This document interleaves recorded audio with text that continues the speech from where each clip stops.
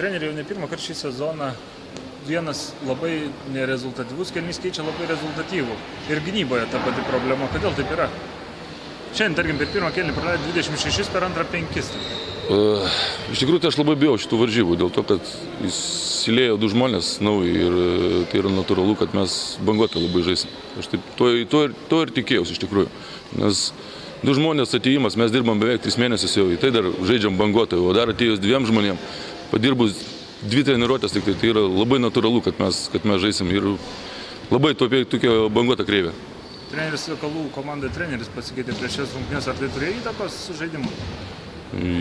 Jo, aš manau, kad turėjo. Visą laiką kažkoks pasikeitimas duoda kažkokį impulsą komandai. Taip, manau, kad turėjo.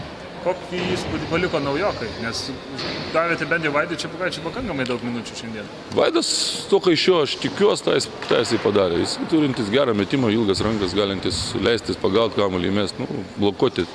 Dar aišku, gynyboje jisai ne viską žino, bet aš manau, tai yra laiko klausimas. O Jonas, tai jisai, aš žinau, jis metikas yra grynas, metikas žaidžiantis pick and rollą. Manau, jis padės. Treneri, po 3 dienų laukia rungtynės Šakiuose su ta pačia Sakalų komanda. Kaip manot, ar pavyks sužaisti, nusiteikti gal tiksliau 2 rungtynėm iš eilės tą pačią komandą?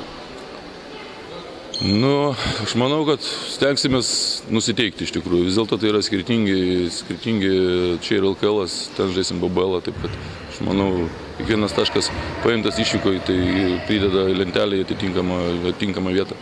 Taip kad manau, kad stengsimės nusiteikti.